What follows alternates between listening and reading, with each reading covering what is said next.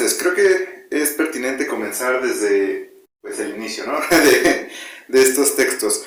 Como un poquito de contexto a estas lecciones introductorias de psicoanálisis. Bueno, como les comentaba hace un momento, estos textos fueron elaborados por Freud para aquellos que les interesaba pues el psicoanálisis en primeros acercamientos, es decir, que justamente no tenían ese background médico, psiquiátrico o en aquel entonces psicoanalítico, ¿no? Estos textos se elaboran tiempo después de que estos ensayos tuvieron lugar. Me parece que se elaboraron en el 1917, que ya fue un tiempo después de que la teoría ya había arrancado y ya estaban como en marcha varias de sus concepciones, ¿no? Esta es la segunda parte de los sueños. La primera parte tiene que ver con la introducción para introducir este concepto del inconsciente, Freud se vale bastante como llamar la atención hacia los actos fallidos, o sea, estas manifestaciones de actos que normalmente nosotros no nos explicamos o nos generan cierta confusión o cierta perturbación, ¿no? De por qué hicimos eso. Entonces, para explicar e ir introduciendo este concepto de inconsciente, Freud primero habla sobre los actos fallidos, estas cosas que no sabemos bien por qué las hicimos o por qué dijimos tal cosa, etc. Y después, en la segunda parte, pasa a todo lo relacionado a los sueños, donde justamente se van elaborando varias cosas. Entonces, en este texto, en esta lección, en esta conferencia en particular, el punto central es el contenido manifiesto e ideas latentes del sueño. Para quienes tenemos background en todo esto, pues va a ser como algo natural, que ya hemos estudiado antes. Sin embargo, como un elemento introductorio, es importante tomar en cuenta que el elemento manifiesto de los sueños es aquello tal cual lo que se recuerda, digamos, lo que se sueña. Que puede que parezca incoherente o parezca revuelto, confuso para el soñante o para un espectador, digamos, alguien que escucha ese sueño. Sin embargo, como vamos a ver más adelante, a partir de las lecciones que se van elaborando, es un proceso bastante complejo. Así, en términos como directos, se podría decir que esta parte de el contenido manifiesto es lo que se representa, lo que se ve en el sueño, y el contenido latente es aquello que es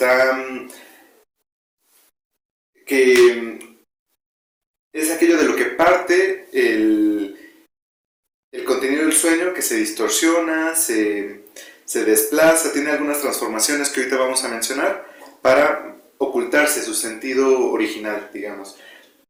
Como vamos a ver en el texto, la intención de los sueños, como plantea Freud en estas lecturas, es que el sueño va a distorsionar un deseo, un contenido que el inconsciente manifiesta, de tal manera que el soñante lo cumpla soñando, pero también sea irreconocible, a propósito de la censura y otras cosas que vamos a ver más adelante. Creo que hay una frase aquí que me gusta mucho a mí, al inicio de la lectura, que es algo que a propósito del sueño, Freud menciona que es algo que algo sobre lo que el dicho sujeto posee conocimiento, pero un conocimiento inaccesible para él. Ese es como otro de los conceptos claves en esta cuestión del inconsciente y el psicoanálisis. Todo lo que la persona manifiesta, todo lo que elabora, lo que sueña, los actos fallidos, etc., puede que el porqué o lo que intenta transmitir ese acto, ese sueño, no le sea accesible en ese momento a la persona, pero es un contenido que después, o sea, al realizarse indagaciones más profundas, resulta que es algo muy claro para la persona, es algo muy presente, que quizás no lo tenga consciente, no lo tenga al alcance, pero sí es algo que ya sabe, por así decirlo. Esto es importante mencionarlo en los sueños porque se menciona que pues el soñante es quien sabe de su sueño. el analista le puede ayudar para discernir o ir intentando averiguar qué es lo que se elabora, pero como para mantener esta pauta distinta a que el analista no pueda hacer interpretaciones como adivinar el sueño, digamos. Siempre va a estar a la pauta del soñante y si eso le resuena o a qué se asocia a lo que se va interpretando. Entonces, antes de seguir, me gustaría ceder la palabra para que ustedes nos platiquen como a partir de esto qué les surge. Pues bueno, no sé, o sea, yo creo que algo que me parece interesante justamente que viene de la mano de la idea, ¿no? del contenido manifiesto y de lo latente, es justamente el carácter simbólico, ¿no? del ser humano. Me parece que algo muy interesante es que creo que muchas veces damos por hecho, inclusive cuando hablamos entre nosotros y platicamos, que el otro nos entiende completamente, ¿no? Creo que es una de las fantasías que tenemos los seres humanos bien cañonas, que es como dar por hecho que el otro nos está entendiendo, como que a mí me parece muy cañón justamente este texto y también la importancia, ¿no? del análisis de sueños, porque como que abre las puertas a vernos no solamente como seres de lenguaje, no sé si es de como sentido, sino más bien como seres simbólicos. Y creo que por eso es tan importante, ¿no? esta parte y esta concepción entre lo manifiesto y lo latente, ¿no? O sea, no solamente lo que se ve literalmente o en la realidad, sino lo que va detrás de eso. Y pues, no sé, como que eso me vino mucho a la mente. Creo que inclusive el siguiente capítulo justamente de eso habla de lo simbólico, ¿no? Entonces creo que sí, también el mismo Freud te va llevando de la mano a eso. Y ya, bueno, eso es como lo que quería comentar. Otra cosa que me parece bien interesante es como también al final del capítulo de la censura, Freud hace una aclaración, o sea, bueno, hay como que toma la importancia de, no importa qué tan, o sea, que esté dando a entender el sueño, ¿no? O bueno, la interpretación final, qué es lo que quiera decir, por más como fuera de moralidad o de ética, que vayamos un poquito más allá, y recalca que pues el sueño solamente va a dar a conocer aquello que ya está ahí presente, ¿no? O sea, más allá de cualquier juicio o de cualquier asunto de moral. Y que es importante atenderlo, más allá incluso de si el paciente puede reconocerlo o puede hacerse como, puede cargar como, digamos, con ese peso, ¿no? De ese sueño, de ese sueño ya interpretado. Y creo que aquí es bien importante también cómo el papel del analista va a hacer esa conexión entre lo que ya interpretó del sueño y cómo se lo va a comunicar a su paciente, de forma que no lo horrorice, ¿no? O que incluso pueda, si bien no asimilarlo por completo, si está más allá de sus códigos éticos y morales, o de sus valores, pero sí que le acerque un poco de esa realidad inconsciente que tiene y que el paciente logre como asimilar al menos, si no por completo todo, una parte de eso. Bueno, ya. Eso fue de las cosas que me gustaron mucho de la lectura. Okay. Que a pesar de lo horroroso que pueda ser el sueño, como, pero es parte de ti, ¿no? Ahí está, es parte de tu historia.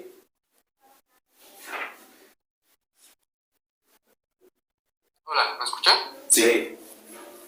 Algo que a mí me parece igual importante destacar es el que, sí, nosotros ahorita lo leemos como un texto, pero fue una plática. Y la diferencia que hay, ¿no?, entre leer a Freud, lo que él escribió, y lo que habrá sido, aquí un poco ya traducido y cambiado, pero lo que habrá sido escucharlo. Y cómo empieza a ser un poco más tajante en su forma, ¿no? Porque en sus textos es muy rebuscado, es muy específico, le gusta meter analogías, metáforas. Y aquí es un poco más científico, más objetivo, más médico, mucho más duro en lo que va diciendo, ¿no?, en su avance. También se nota que es en otro momento, ¿no?, en otro momento a la interpretación de los sueños, un Freud menos optimista, ¿no?, en este sentido de podemos entender perfectamente los sueños, ¿no?, creo que hasta en un capítulo de la interpretación de los sueños él dice que va a haber una placa en su consultorio donde dice aquí fue donde Sigmund Freud descubrió la función de los sueños o el cómo interpretar los sueños. También todo se cuestiona ahí de orgullo, pero pues a la fecha no está esa placa. Y un poco aquí es donde empieza a haber ciertos cambios, donde empieza a decir, por ejemplo, que necesita las ocurrencias, ¿no?, suficientes para ir sacando información. Muy diferente al principio de cómo él sí era un poco de la idea de que ciertos símbolos iban a significar cosas un poco universales. Muy al principio, después lo fue cambiando y Jung se quedó con esa idea arquetípica, mientras que Freud se va a la parte de la asociación, pues de las ocurrencias espontáneas del paciente. Es muy padre ver cómo él también siempre fue muy detallado, cómo trabajaba los sueños así de que tenía un texto y se tardaban luego semanas o meses interpretando ese sueño, cada uno de sus elementos. Algo que hoy es bien diferente, porque hoy solo puedes regresar al sueño si el paciente regresa al sueño. A veces pasa, pero hay veces que te traen un sueño y te quedaste con las ganas de seguirle y ya nunca más te lo vuelven a traer. Entonces ahí quedó. Tú puedes hacerlo aparte, pero ya empieza a hablar más de ti que del paciente, porque no son las ocurrencias del paciente. Y aquí es donde siento que Freud va construyendo esa idea de que es la importancia del paciente. Que finalmente los recuerdos le son infieles al durmiente. O sea, le cambia, le pone trampas. Es un poco lo que sucede, no con el sueño de Dora, que finalmente Freud no logra descubrirlo, interpretarle a Dora esta parte homosexual de ella, y se va por el deseo prohibido del señor K. Pero en otro sueño, el de la histeria. Eduardo, ¿tú te acuerdas de ese texto? Creo que lo leímos el semestre pasado con Guillermo. Era el de... ¿Cómo se llamaba el título?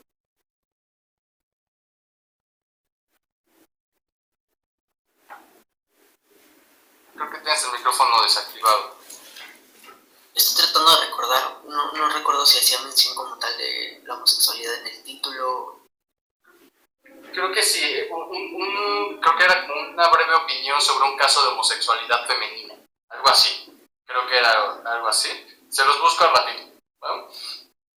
Y ahí descubren que los sueños le ponen una trampa a Freud. O sea, que el propósito de ese sueño no es descubrir nada, no es el que Freud le diga, sino que es pura transferencia negativa, queriéndolo fregar a él, poniéndole trampas.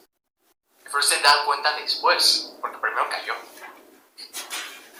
Y entonces cada vez le empieza a darse cuenta del problema en el que se metió al interpretarlos. Y es bien interesante, les voy a buscar ese texto. Pero bueno, eso es un poco lo que ahorita se me ocurre. Ahorita.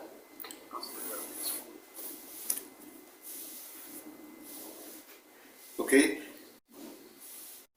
Bueno, yo estaba pensando ahora que volvemos a estas ideas principales del texto, pues la dualidad que también requiere este proceso simbólico, ¿no?, para poder entender lo que está de manera latente y lo que están manifestando directamente. O sea, no es propiamente lo que el paciente o la persona que te está contando el sueño trata de decirte, ¿no? Requiere que también una persona que está escuchando el sueño pues tenga esta capacidad simbólica, porque si no, varios elementos del sueño quedarían dispersos. Estaba recordando algo que estábamos viendo con Solange en clase, ¿no?, cuando los elementos del sueño parecieran que están dispersos y no tienen sentido alguno, no tienen coherencia. Es trabajo propio del analista, ¿no?, ir juntando esos elementos para darle forma a lo que está sucediendo dentro del sueño, poder entenderlo. Creo que sin esa capacidad simbólica, tanto del analista como del paciente, pues no habría proceso alguno, ¿no?, como para poder entender estos sueños, que ahora, como decía Alejandro, pues no es tan sencillo poder hablar de los sueños, sobre todo porque hay sueños que pienso, ¿no? Que estos sueños que nada más vienen a llenar un espacio en el consultorio y que no te dicen absolutamente nada, ¿no? Que su función es otra más que entender el propio sueño. Justo, ¿no? O estos pacientes que te traen 7 sueños. O un sueño que es monumentalmente largo. O sea, y con tantos elementos que llegas al final sin nada. Así de, yo me quedé con esto de que ibas por un camino y ahí, porque justo, o sea, vas a ver, y creo que también lo vamos a ir viendo también en los siguientes textos, el poder ir diferenciando estos sueños, como Freud los pone, de que comunican, que son comunicativos, que son interpretables, que tienen todos estos elementos que dar, ¿no? Ricos, pero también la dificultad de irlos cachando, ¿no? O de que quedan 2 minutos y te cuentan el sueño ahí, a los 2 minutos de que termine la sesión. Entonces ahí más bien es no tanto en sí el contenido como un Freud, sino como dice Eduardo, la función. ¿Por qué me lo cuenta ahí? A los 2 minutos de que termine. Entonces es interesante. ¿Qué más quieran decir? Pues, bueno, creo que es lo menos académico que puedo decir ahorita, pero me recordó mucho, ahorita que hablabas justamente de la trampa dentro de los sueños, a un capítulo justamente de Rick y Morty, no sé si lo han visto, que es muy interesante justamente por eso, porque cuando hablaban ahorita del carácter simbólico y todo, me parecía, o sea, empezaba a imaginar al analista como un creador de vínculos, ¿no? También dentro de la psique, ¿no? de los pacientes. Y me recordó mucho ese capítulo de Rick y Morty porque justamente hay como esta máquina donde como que en las noches puedes poner a trabajar a tu yo nocturno. No sé si lo han visto, ¿no? ¿No lo han visto? Está muy interesante porque es una máquina que te la pones y tú le puedes decir a tu yo nocturno, haz abdominales. Entonces tú te duermes y en la mañana ya despiertas como súper marcado, ¿no? Porque tu yo nocturno está haciendo ejercicio y así. Y hay un momento en el que existe, bueno, como que le empujan mucho a sus yo nocturnos hasta que se empiezan a revelar. Y es muy interesante porque justamente Jerry, que es el papá de toda la familia, es el único que realmente mantiene como una plática con su yo nocturno, ¿no? Con el yo de la noche, ¿no? Y casualmente pues es el único que tiene una relación sana con este yo, ¿no? O sea, se mandan cartas, se dicen lo que sienten y así. Y me parece muy bonito, justamente pensando en esto, porque creo que es un poco, ¿no?, lo que nosotros hacemos, ¿no?, en la parte del análisis de sueños, ¿no? Es como crear esa conexión entre el yo despierto, ¿no?, y el yo que duerme, la parte inconsciente. Y no sé, o sea, ahorita que están hablando justamente de las trampas, es eso, ¿no? O sea, bueno, me vino a la mente ese capítulo, no sé si también ustedes lo vean, no sé.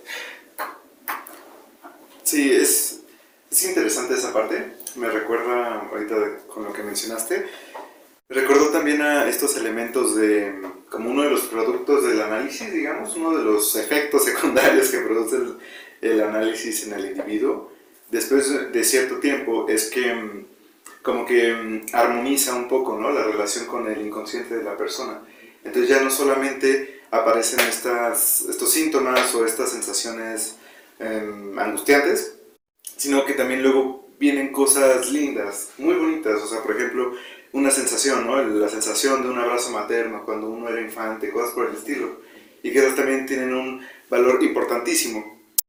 Hablando de todo eso, y regresando un poquito al texto también, ahorita mencionaron unos puntos que son importantísimos para esto de los sueños según Freud, y que es efectivamente el papel del lenguaje, de la verbalización hacia la simbolización, justamente. Es decir, uno de los medios por los cuales va a tener lugar el trabajo onírico, o la elaboración onírica, la deformación de los sueños, van a ser 3 partes. Una es la condensación, ahorita para mencionarlas nada más rápidamente, teóricamente. Una es la condensación, en la que varios elementos se van a reducir a unos pocos, por ejemplo, que varias personas son una, ¿no? En un sueño, que pasa muy a menudo. Que no se trata, es fulanito de tal, pero también parecía como si fuera mi hermano, mi mamá, un familiar, un amigo lejano, etcétera, ¿no?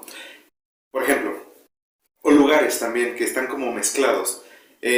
Cuando viene esta parte, ¿no? De un sueño en el que es un lugar conocido, pero también tenía estos rasgos de aquella vez cuando era chiquito en tal lugar, pero también este lugar fantástico que no reconozco, etcétera.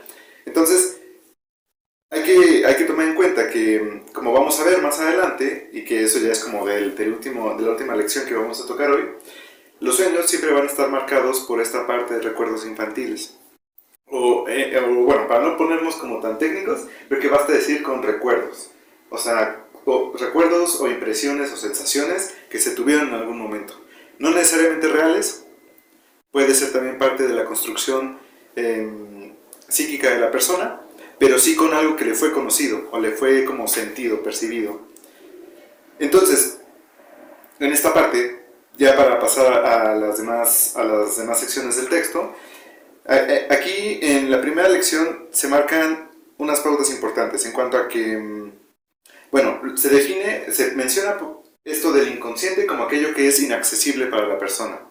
¿Por qué es inaccesible? Bueno, Freud menciona que por alguna razón, particularmente atribuyéndolo a un elemento de censura, aquí todavía no se habla de estructuras psíquicas de segunda tópica como ello, yo, super yo, simplemente se refiere a algo en la persona que ejerce como censura y que le resulta como intolerable la manifestación o la adhesión, digamos, a ciertas cosas.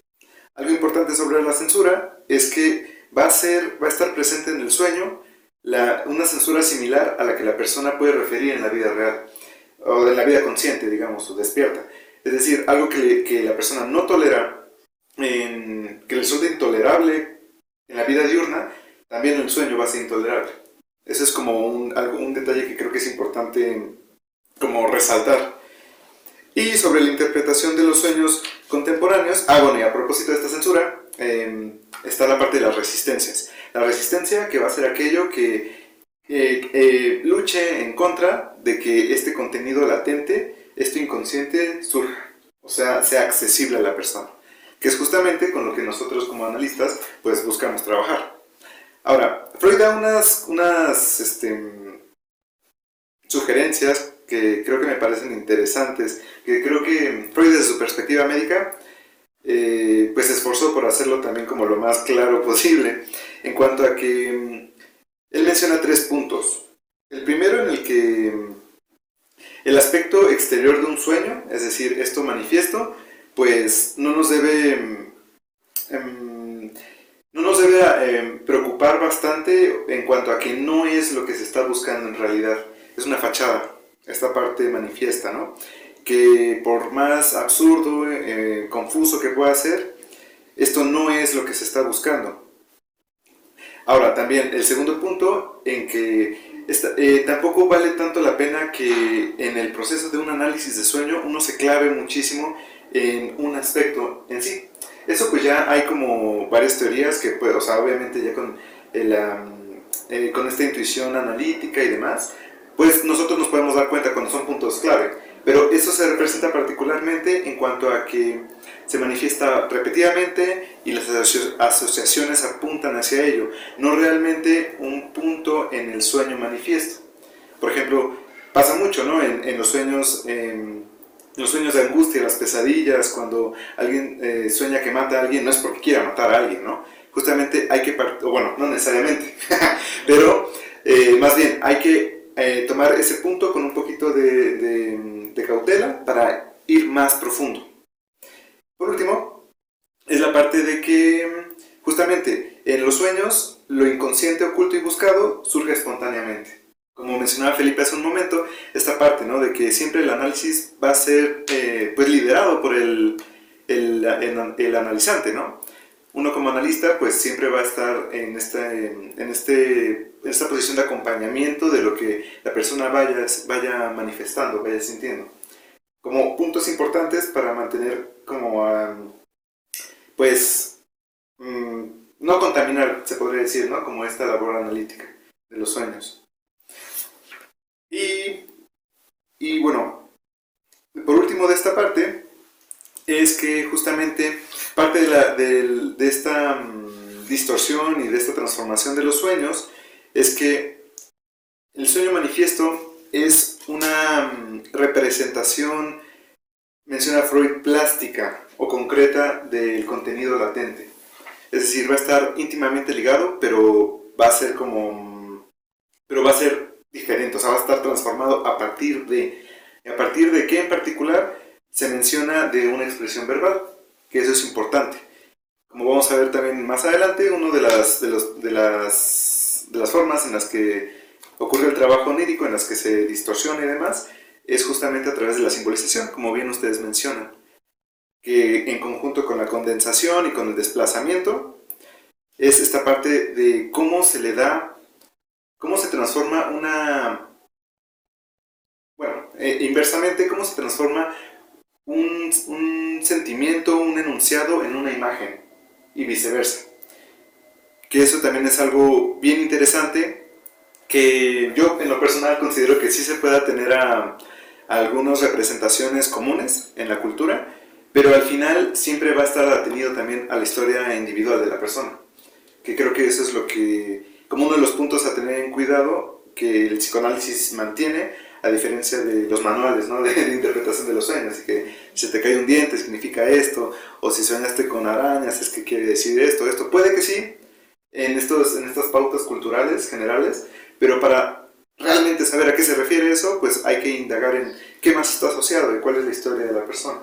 Creo que, por ejemplo, en el análisis de sueños, o sea, como la perspectiva junguiana siempre está de la mano de los arquetipos, ¿no? Que son como estas como representaciones que todos compartimos, ¿no? Y la parte ya más freudiana creo que tiene que ver como algo muchísimo más personal. O sea, pensando, por ejemplo, en un análisis de un sueño desde el punto de vista junguiano, no sé, es como entré a la puerta que estaba del lado izquierdo y ahí encontré una mujer que no recuerdo quién era y así.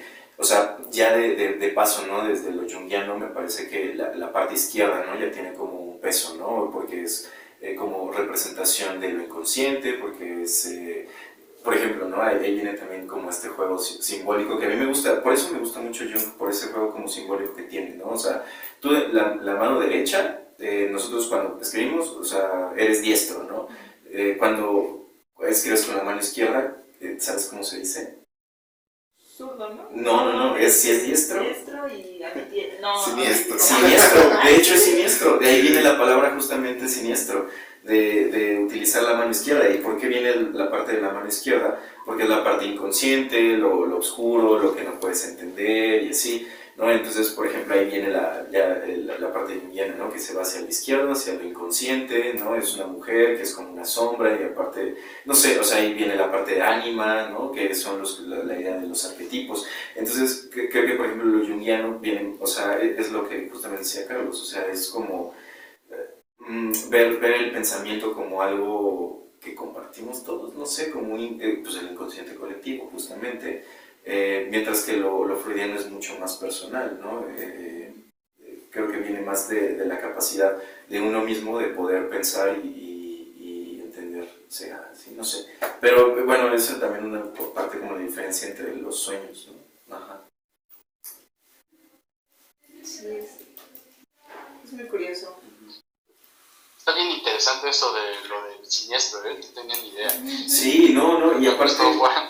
por ejemplo, también ahí vienen también las cosas que me parecen súper interesantes de Jung, ¿no? O sea, la parte izquierda, lo inconsciente, también tiene mucho que ver con el mar, ¿no? O sea, con lo profundo.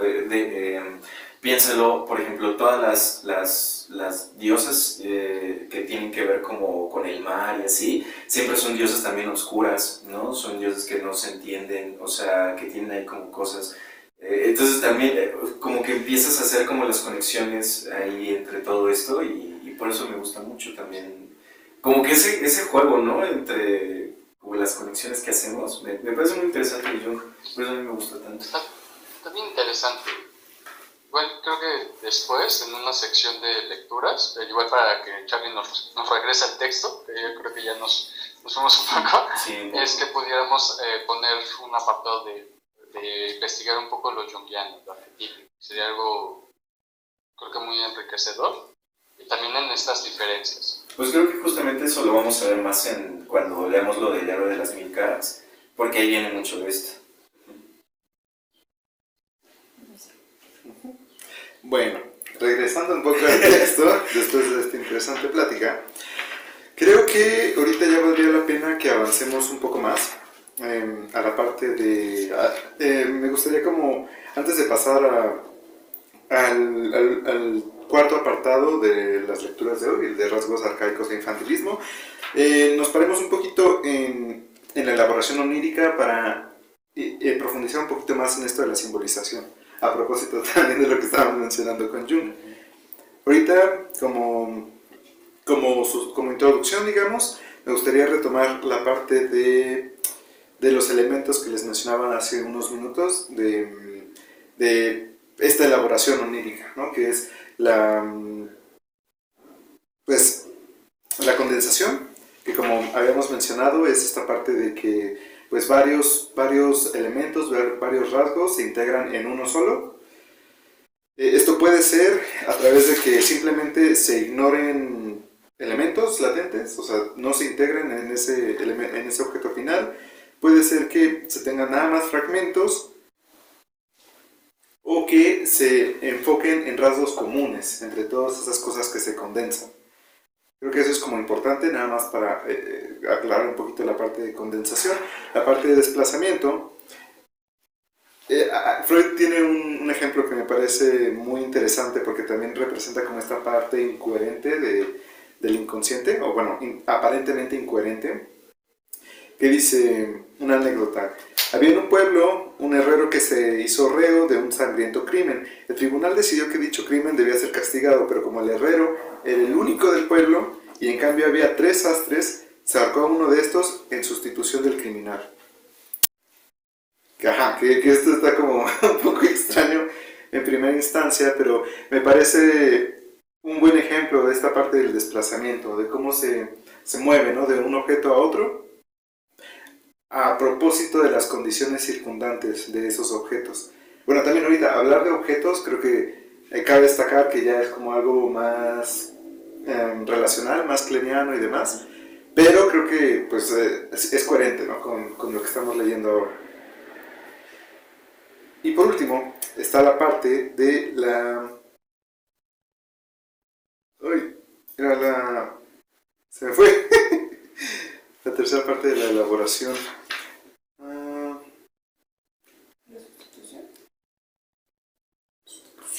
La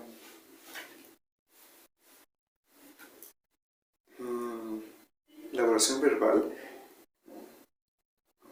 A ver, denme un segundito. Yo creo que sí era la parte del lenguaje, bro, como esta elaboración Sí, ¿no? verbal, como dices, el cómo se va presentando, porque cuando lo leí a mí justo me pareció curioso, como ahorita hablando Carlos, llega una cuestión medio relacional de objetos, Sí. ¿no? Y como ahí está Clay, ¿no? Finalmente. Y en la segunda a mí me recordó mucho un poco a Lacan, el cómo los dos pueden haber agarrado cada uno de estos elementos y profundizar en cada uno de ellos. Y a partir de ahí ir construyendo sus propias teorías. Exactamente. Por eso creo que sí va por ahí de lo verbal. Ajá. Pero no me acuerdo exactamente cómo lo pone y no tengo mi texto. Estoy cuidando a leer todos. Bueno. Claro, ya lo encontré. Sí. Justamente, sí tiene que ver con todo esto que mencionábamos. Y es la parte de transformación de ideas en imágenes visuales. Que eso también es algo muy importante para los sueños, que difícilmente un sueño se vive como un enunciado, como como un discurso. La mayoría de las veces es a través de imágenes o de sensaciones, como estos elementos preverbales, digamos. Pero que tienen sentido, toman sentido a partir de esta verbalidad. Yo creo que esto también vamos a poder como profundizar más a partir de la perspectiva lacaniana, de significantes, significados y todas esas cosas, pero en este texto me me parece que es importante resaltar como la preponderancia, digamos, o todas las posibilidades que abre esta habilidad verbal, digamos. Es decir, uno al aprender, al desarrollar esta parte del habla, de la comunicación con otros, etcétera, pues también integra estos elementos simbólicos, ¿no? La palabra como un símbolo, que la palabra en sí pues es nada más un conjunto de letras o de fonemas, etcétera, pero se le deposita un significado y ese significado es compartido por los demás, que se puede comunicar, ¿no? Entonces, en esta parte de la elaboración onírica me parece importante como resaltar ese punto en cuanto a que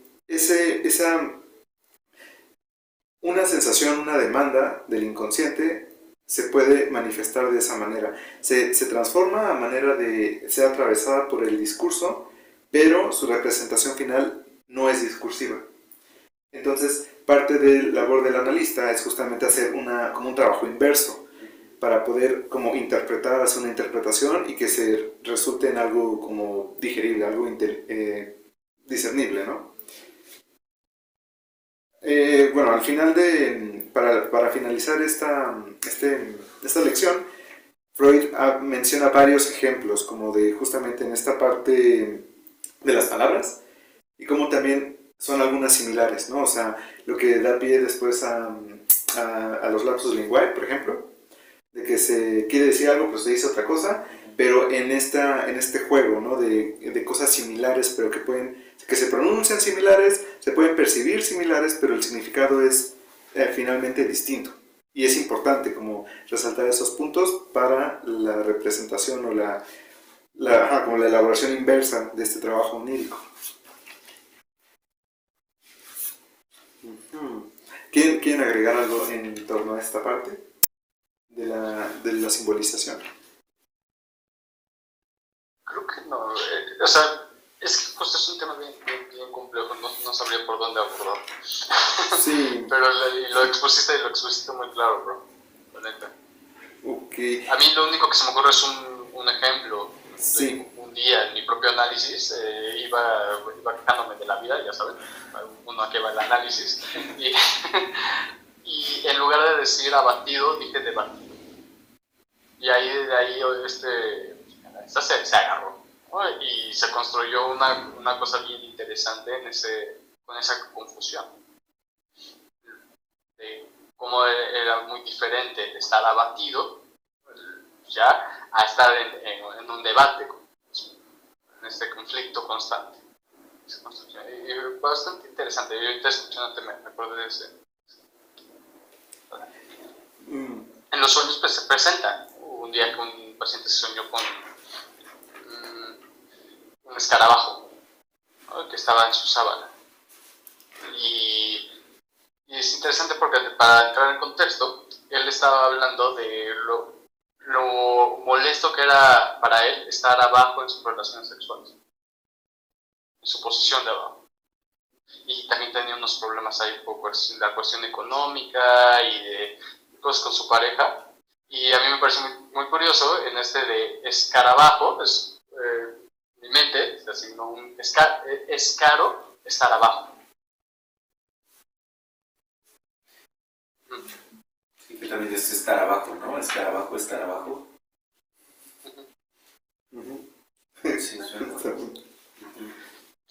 Como van apareciendo esas cosas. Muy enriquecedor.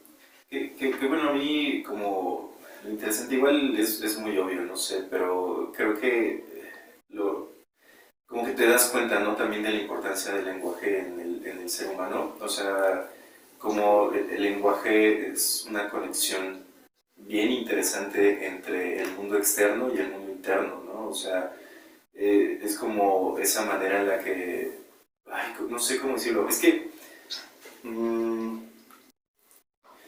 es como la forma en la que como que evolucionamos o conseguimos esa forma de poder expresar lo que tenemos, ¿no? Como crear esa unión, ¿no? Conectarnos con lo de afuera, conectarnos también con el otro.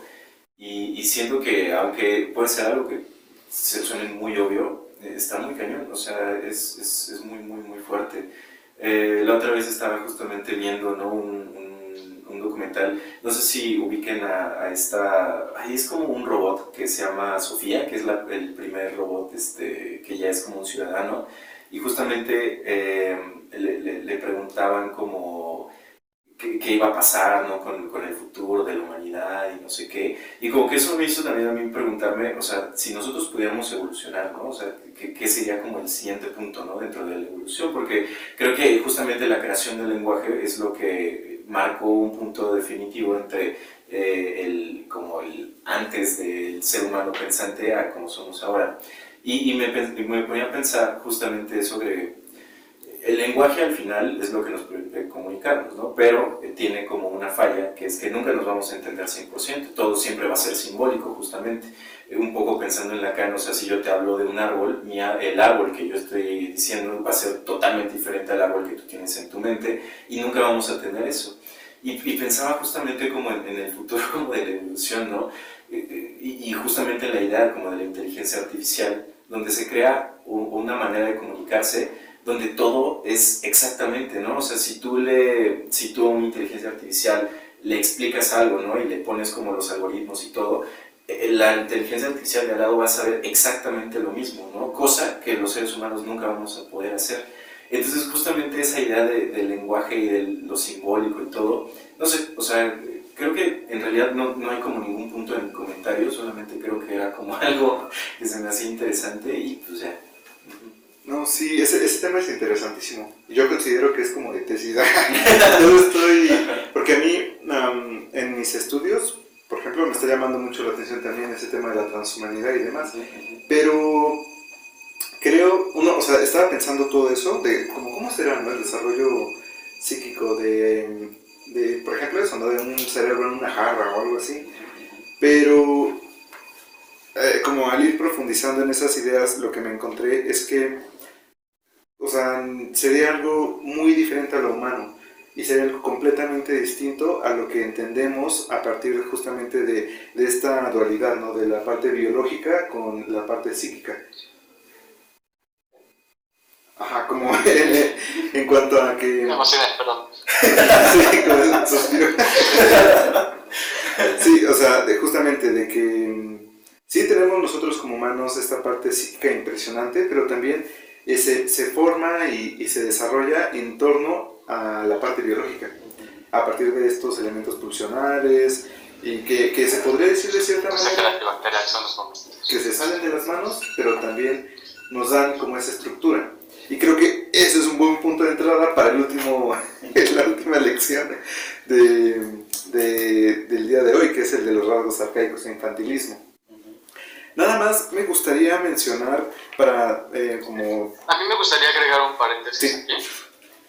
Uno es que sería bien interesante profundizar en estos temas, porque lo hablamos un poco de futuro, pero el otro día lo escuché en la radio, de una de las funciones del Cyberlink o de esa cosa que Elon Musk se está desarrollando, que ahorita está en la prueba en cerdos, es justo el poder imagínate que tú tienes uno y yo tengo otro, el conectarnos, el yo poderte transmitir mi sensación a tu cerebro. O sea, y las implicaciones que eso tendría, la verdad, que terror. Yo no quiero sentir lo que ustedes sienten, ¿sabes? O sea, la confusión que eso pudiera generar. Y eso ahorita se está desarrollando. Pues sería bien interesante profundizarlo e incluso podríamos buscar unos artículos y todo, y eso podríamos hacer algún capítulo de podcast o de algo audio, eso, discutirlo. No vamos a llegar a nada, porque justamente no hay nada. O sea, y en esa discusión va a ser tal vez abrir la oportunidad de hacer algo, de poder aportar algo. Entonces ahí nada más como ese paréntesis de que por ahí podremos irnos en algún momento a crear algo de discusión y grabarlo para los podcasts, que está bien interesante y es algo de ahorita. Y aquí sale, pues, bueno, será mi paréntesis. Ahora sí ya pasamos a la otra parte. Sí, me quedo pensando como pobres cerditos psicóticos, porque sí, o sea, las implicaciones son muy variadas y creo que pues es algo también como, o sea, sí, tendría impactos que solo podemos especular, pero es un tema muy interesante. Em, para como integrar esta parte también de lo simbólico, creo que es relevante mencionar que pues esta capacidad de simbolizar es algo que bueno, también con cierta pauta a propósito de autores, pero que se va desarrollando, ¿no?, en la persona de acuerdo a su estructura psíquica y pues como su estadio de desarrollo, ¿no?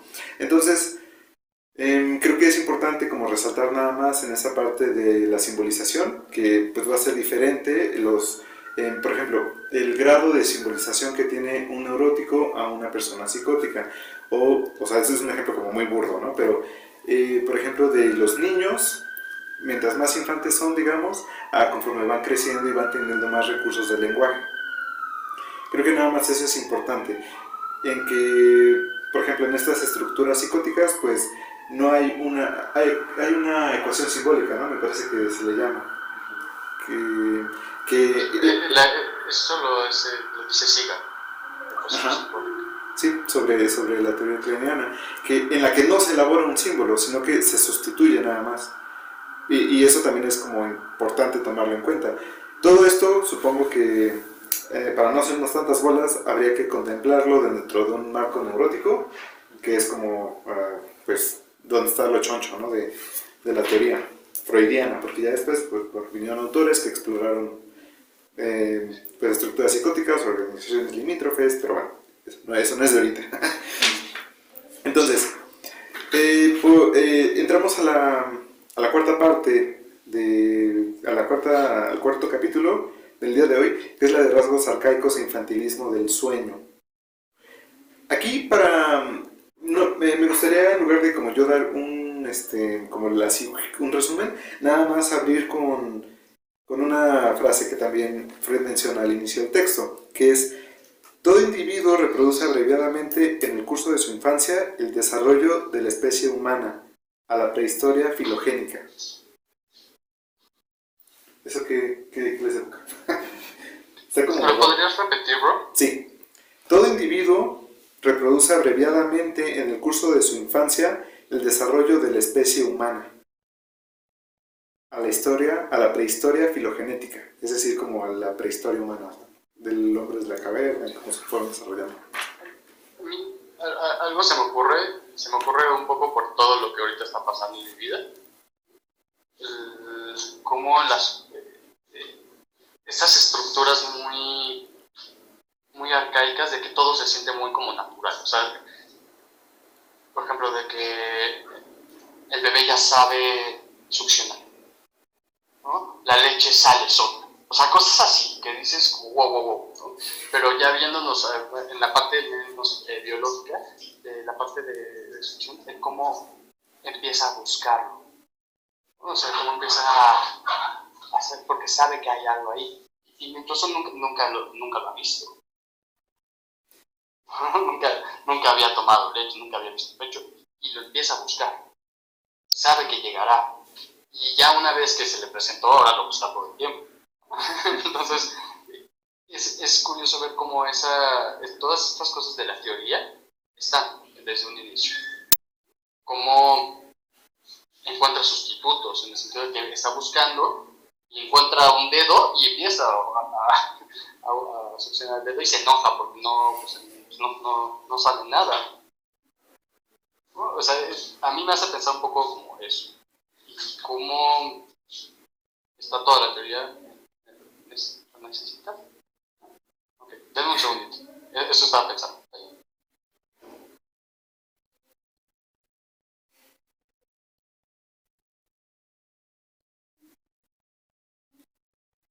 Música de... Sí, estaba pensando lo mismo. Interludio.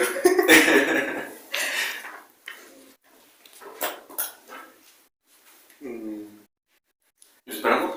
Ya, perdón. Sí, eso estaba pensando. ¿no?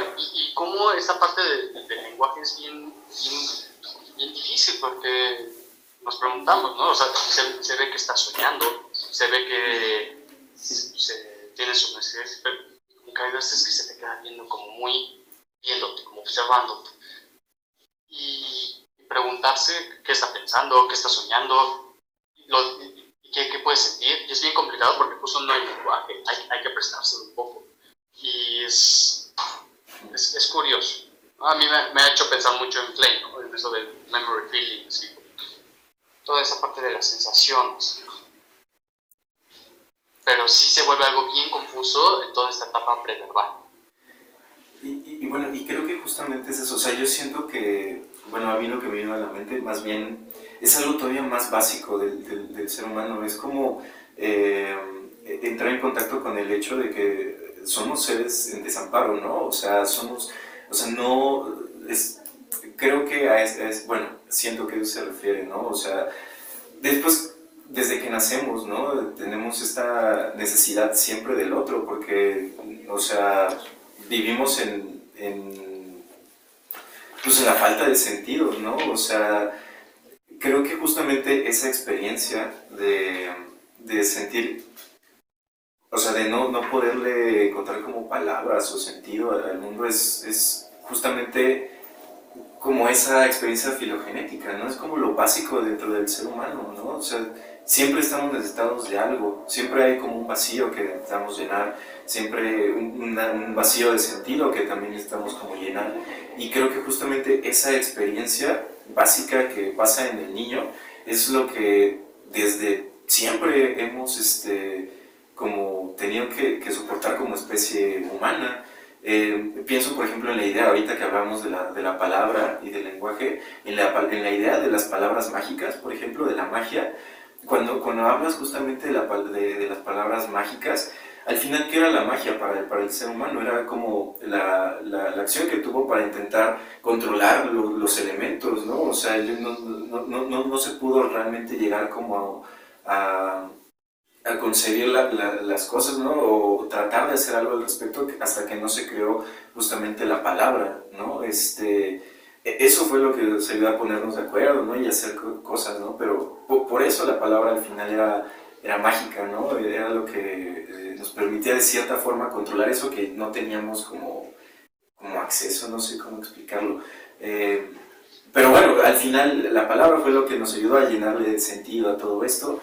Pero bueno, todo este show era justamente para decir eso, ¿no? O sea, que la experiencia básica del ser humano es la experiencia del desamparo y de sentirnos abandonados, ¿no? Creo que es un poco eso. Pero fíjate, creo que Desde un inicio. a su vez esto nos impulsa, ¿no? A formar vínculos, o sea, a hacer todo lo posible para encontrar un idioma que todos entendamos y podamos comunicarnos, que como me siento te haga imaginar o un poco, ¿no? Empatizar con lo que estoy sintiendo y pues sí, todos los esfuerzos que siguen, ¿no?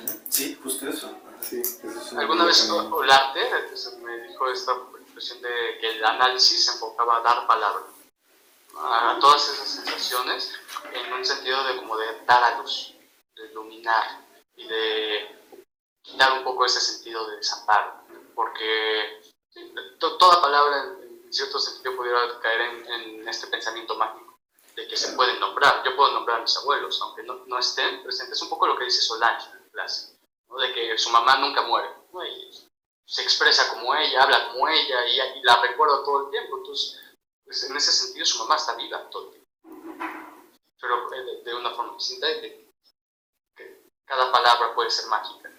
Claro, porque la palabra al final crea el mundo, ¿no? La palabra crea. Y justamente esa idea de palabra creación me vino a la mente justamente la Biblia, ¿no? O sea, en el inicio era la palabra y la palabra bla, bla, bla, no sé qué, y así. Y creo que está muy interesante, ¿no? O sea, sin la palabra, sin el lenguaje, no existiría como tal el mundo como lo conocemos, ¿no? ¿No? O el soplo de la vida de aquí, de los mayas. Ajá, exacto. Sí. Es muy bonito.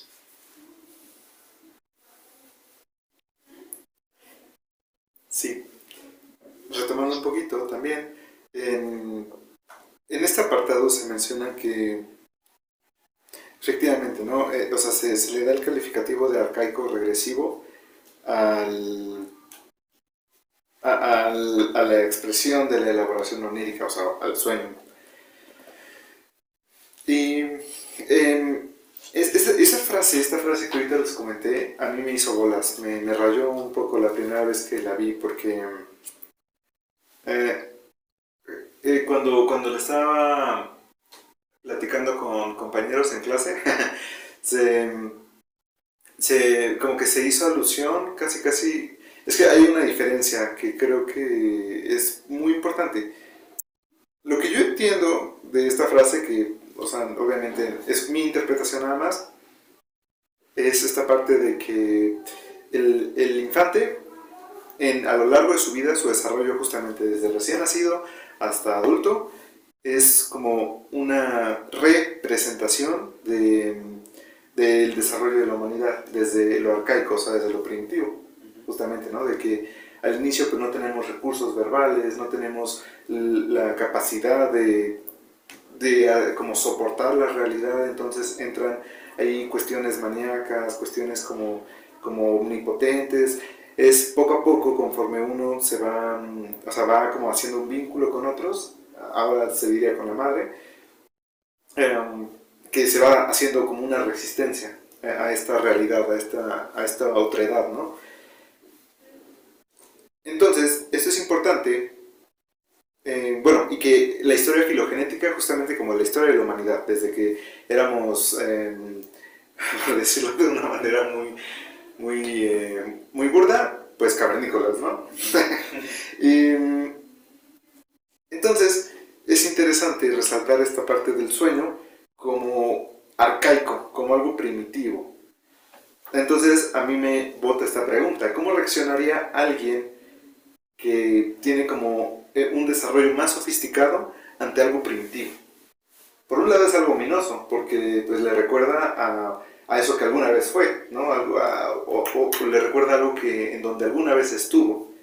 Quizás, bueno, no conscientemente, en cuanto a que fue como un estadio infantil, muy infantil, pero sí es algo familiar en esta parte inconsciente, como todas estas cuestiones que se salen de lo moral, estas cuestiones homicidas, canibálicas, incestuosas, que es justamente lo que Freud va a desarrollar en este capítulo. El carácter, de ese carácter que tienen los sueños, y también esta parte, este capítulo me parece súper bonito, como en cuanto a que creo que se puede como resumir un poquito lo bonito del psicoanálisis, que es como esta parte de sí, estas cosas están bien intensas, o sea, como puede que tengas, o sea, no se dice así obviamente, ¿no? Pero puede que se tenga el deseo de matar a un familiar, a los padres, o de encontrarse o de cumplir una pulsión sexual con alguno de ellos, que pues está socialmente completamente rechazado, al menos eso se esperaría. Y sin embargo que o sea, no pasa nada. No pasa nada que estos elementos se boten en la realidad o que se manifiesten en la realidad interna del paciente. Creo que esto, o sea, me parece particularmente bonito como una de las funciones del psicoanálisis, de hacer este puente entre aquello insoportable por la censura, que es parte de uno, pero que al final no necesariamente eso es lo que la persona es. ¿Qué les motiva eso? ¿Qué sienten? ¿Alguien? Yo pensaba que es cierto, ¿no? El principio del trabajo del analista es poner en palabras eso que se tiene en la mente. Pero justamente haciendo este trabajo también dijiste algo que ahora me quedé pensando, ¿no? Al ponerlo en palabras haces que de cierta forma se quede sin la realidad psíquica, pero que no salga, ¿no? Estos deseos de matar a alguien, ¿no? Se quedan realmente puestos en palabras explicando que a lo mejor hay un rencor o lo que sea que pudiera existir en el momento, pero que justamente eso evita que parte de eso, parte de la acción de querer matar a alguien, surja acá, ¿no? O bueno, al menos yo esperaría que sea algo más metafórico y que no sea el verdadero intento de querer asesinar a alguien, ¿no? Pero es justo eso, como de alguna forma también se le da vida a la realidad psíquica, pero no despegándote de lo que está sucediendo en la realidad. O sea, me pareció que era una forma como de conectarlo, ¿no? No sucumbir ante estos instintos, ante estos impulsos más primitivos de querer hacer, de obrar sin pensar, de obrar sin reflexionar. No sé, me fui como por allá, no sé, incluso no sé si me doy a entender, pero me quedé como de ese lado.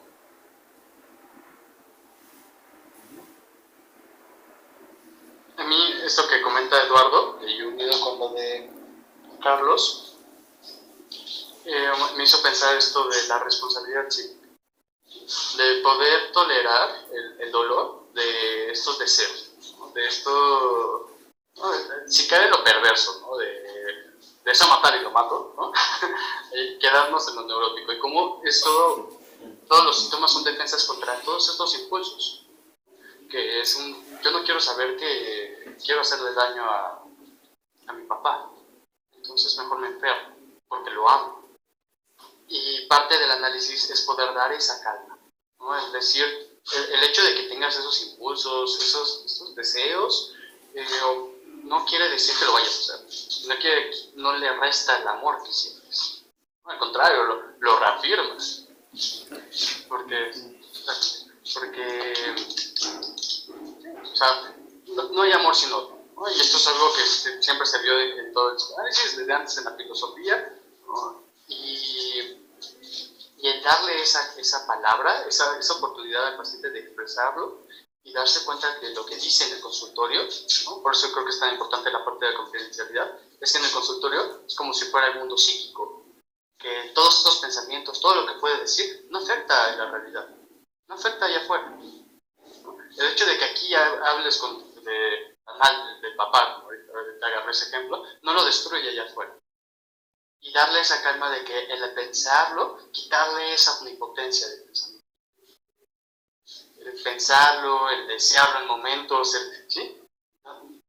No quiere decir que allá afuera vaya a suceder. Y a las personas que desafortunadamente ya se les murió el papá y que se quedaron con toda esa cuestión de es que yo lo maté, ¿no? En su parte omnipotente, que ahí casi en todo duelo, también darles esa paz de que nada tuvo que ver con ellos, pero solo se puede hacer adentrándose a esos sentimientos y a esos impulsos un poco más agresivos, más violentos que todos tenemos, que quisiéramos no tener. Claro. Sí, esta lección en particular, justo, me parece también riquísima porque abre pautas para un chorro de temas.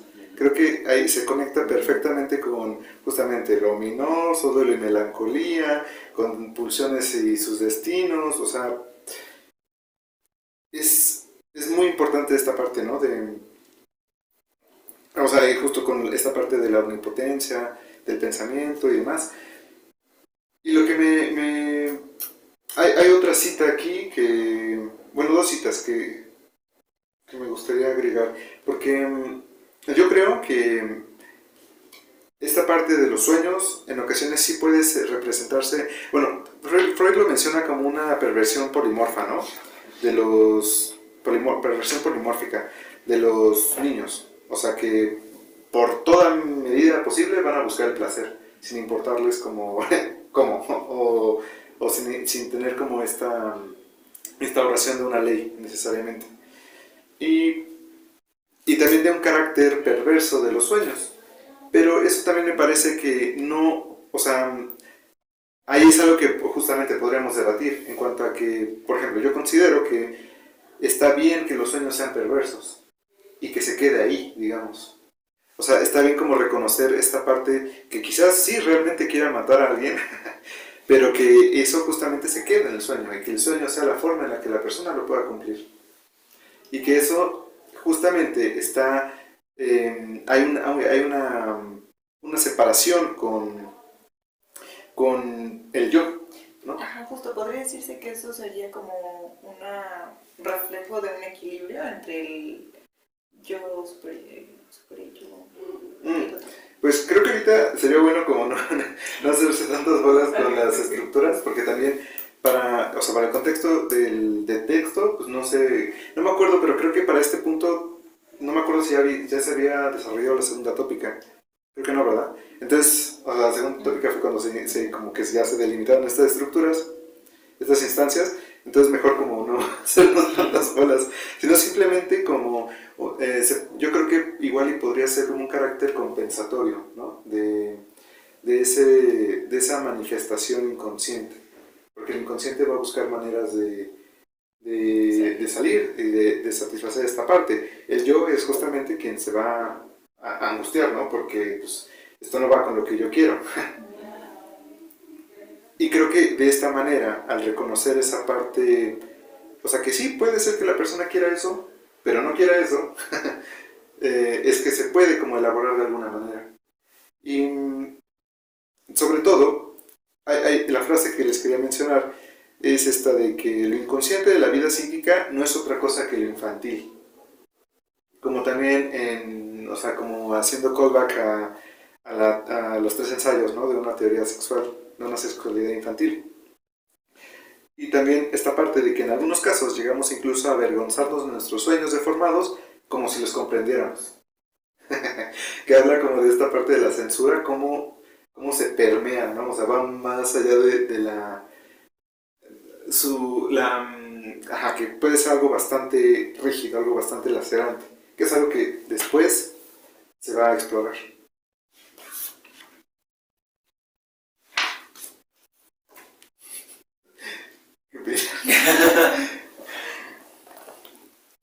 Yo creo que igual ya podemos ir cerrando, bro, porque ya nos acercamos al tiempo. Eso que Quedan comentas 5 minutos. es muy... Bueno, no sé, alguien no se quiere participar, pero por cuestión de tiempo, no nos quiere participar.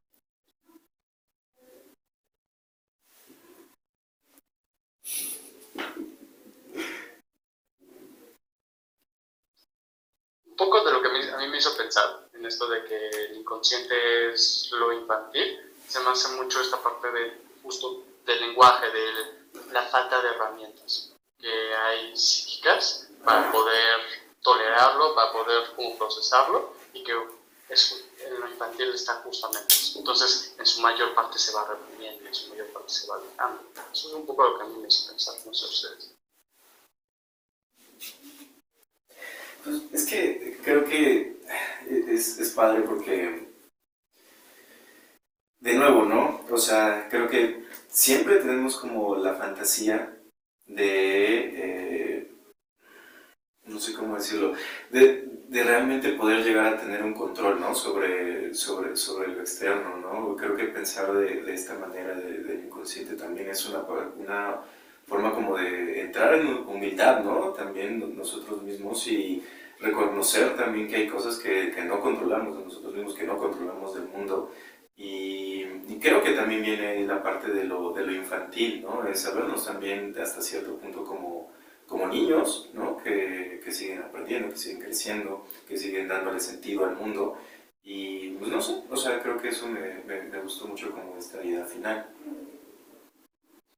Pues algo a mí que me hace pensar es, por ejemplo, partiendo de eso que mencionabas de los sueños perversos, creo que, más allá de caer en el debate de si somos como malos o sea, innatamente, desde siempre, o que la maldad es parte de nosotros, creo que más bien nosotros somos parte del mundo, y así como también tenemos mucho por default, digámoslo así, propio, que se vea reflejado aquello malo y bueno del mundo en nosotros a través de los sueños, y que de ahí sea como un aparato o una herramienta de modulación,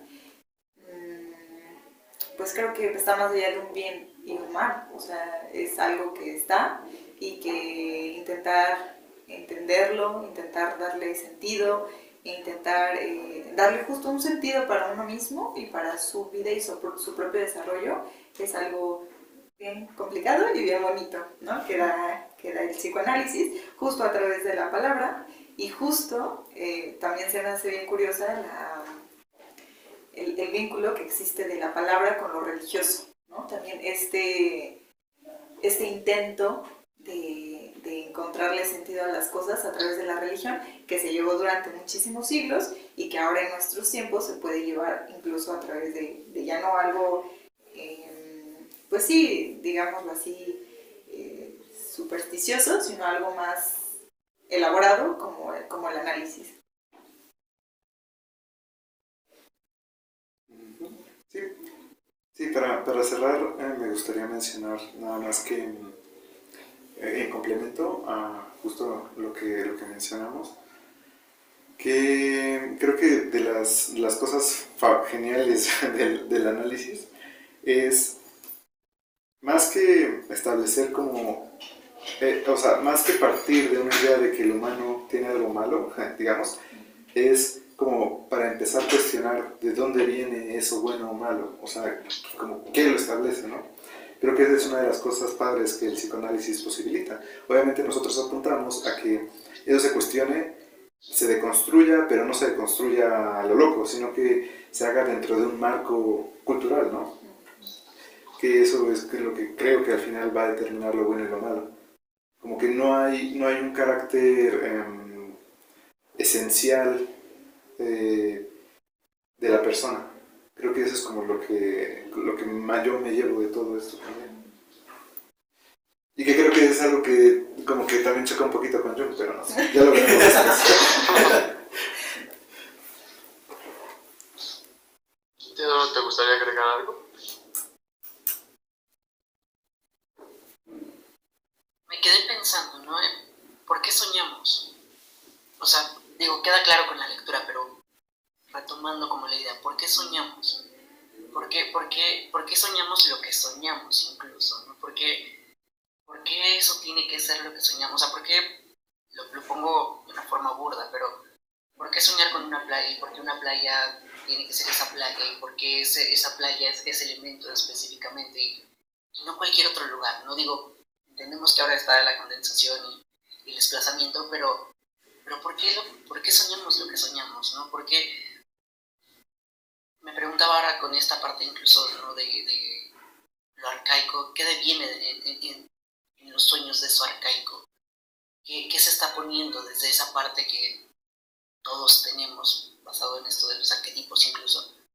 ¿Por qué soñamos eso? ¿Por qué no soñamos con otra cosa? ¿Por qué no se expresa el deseo inconsciente de otra forma o con otros elementos en los sueños? No sé, como que me quedé ahorita escuchando todo esto como pensando, ¿por qué soñamos lo que soñamos? ¿Por qué llega el paciente y me cuenta su sueño de X cosa y no cualquier otra cosa?